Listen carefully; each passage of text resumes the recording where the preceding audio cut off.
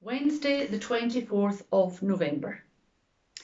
Well, many of you know that we are twinned with another church, a Reformed church in Hungary, Zuglo Church, and we have been over there on quite a few times now, and they have been over here quite a few times. And their two pastors are a husband and wife, Janos and Noemi. And today, well, I was going to be speaking about something different today, but at the last minute changed it because we heard the very sad news yesterday that Noemi, one of the pastors, has sadly passed away.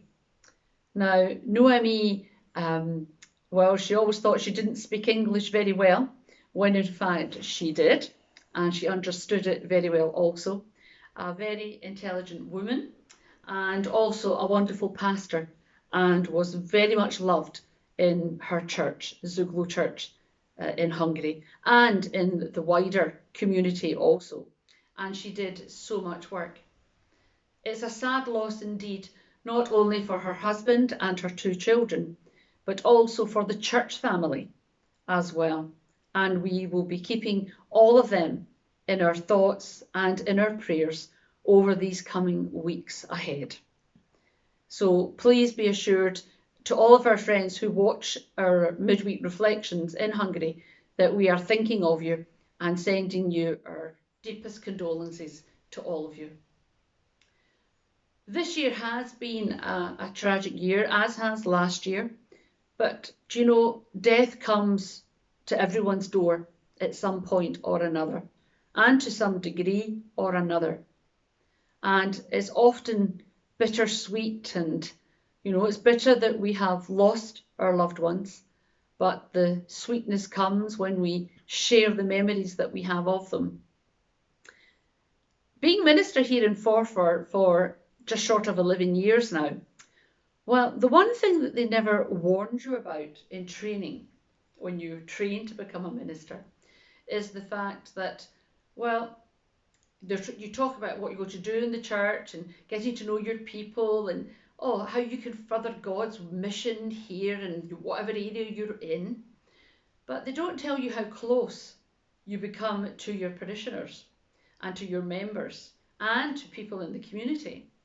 So that sadly, when someone in your church, a member or a parishioner or someone in the community that you've got to know really well dies, it becomes very difficult for the minister to take these services because, well, let's be honest, sometimes we see people in the church far, far more than we do our own families. So it can be difficult.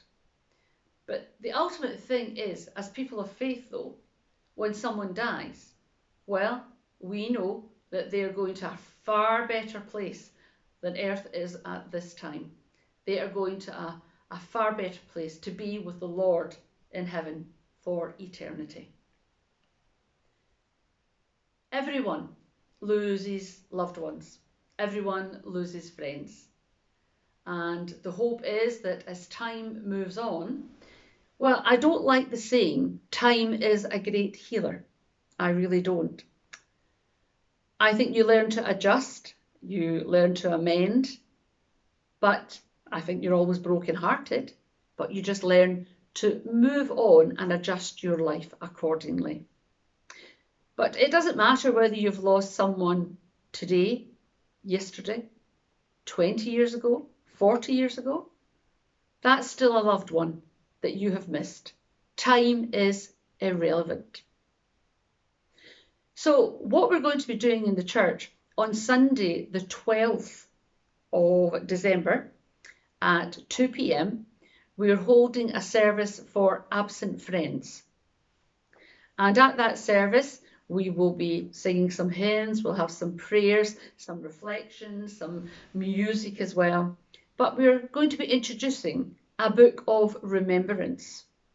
And this book will be laid out in the church, and anyone who would like the name of their loved one or a good friend read out at that service just have to fill in the name in the book of remembrance. And that will continue, so if anyone dies After that service and into next year, you just jot down the name of those that you would like remembered, because we will be doing this service once a year.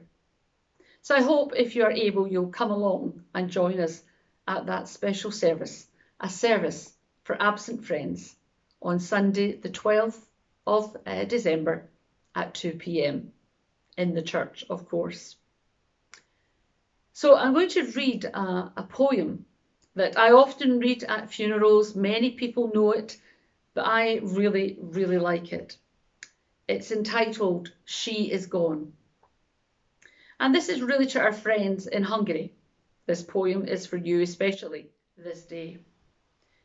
You can shed tears that Noemi is gone, or you can smile because she has lived. You can close your eyes and pray that she'll come back, or you can open your eyes, look around and see what's left behind. Your heart can be empty because you can't see her, or it can be full of the love that you shared. You can turn your back on tomorrow and live in yesterday, or you can be happy for tomorrow because of yesterday. You can remember Noemi and only that she is gone, or you can cherish her memory and let it live on. You can cry and close your mind, be empty and turn your back, or you can do what she would have wanted. Just smile, love, and let life go on.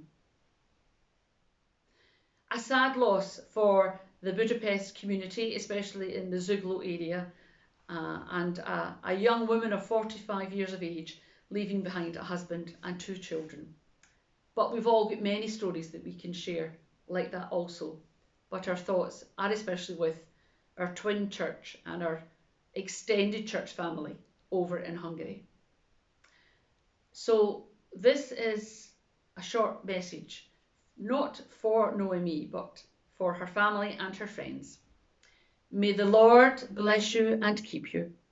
May the Lord make his face to shine upon you and be gracious unto you. May the Lord lift up his countenance upon you and give you peace. That blessing is to our friends in Hungary, but also to you, all of our viewers and listeners. It's been a sad end to this half week for us here, but I hope and pray that you have a blessed week ahead. God bless everyone.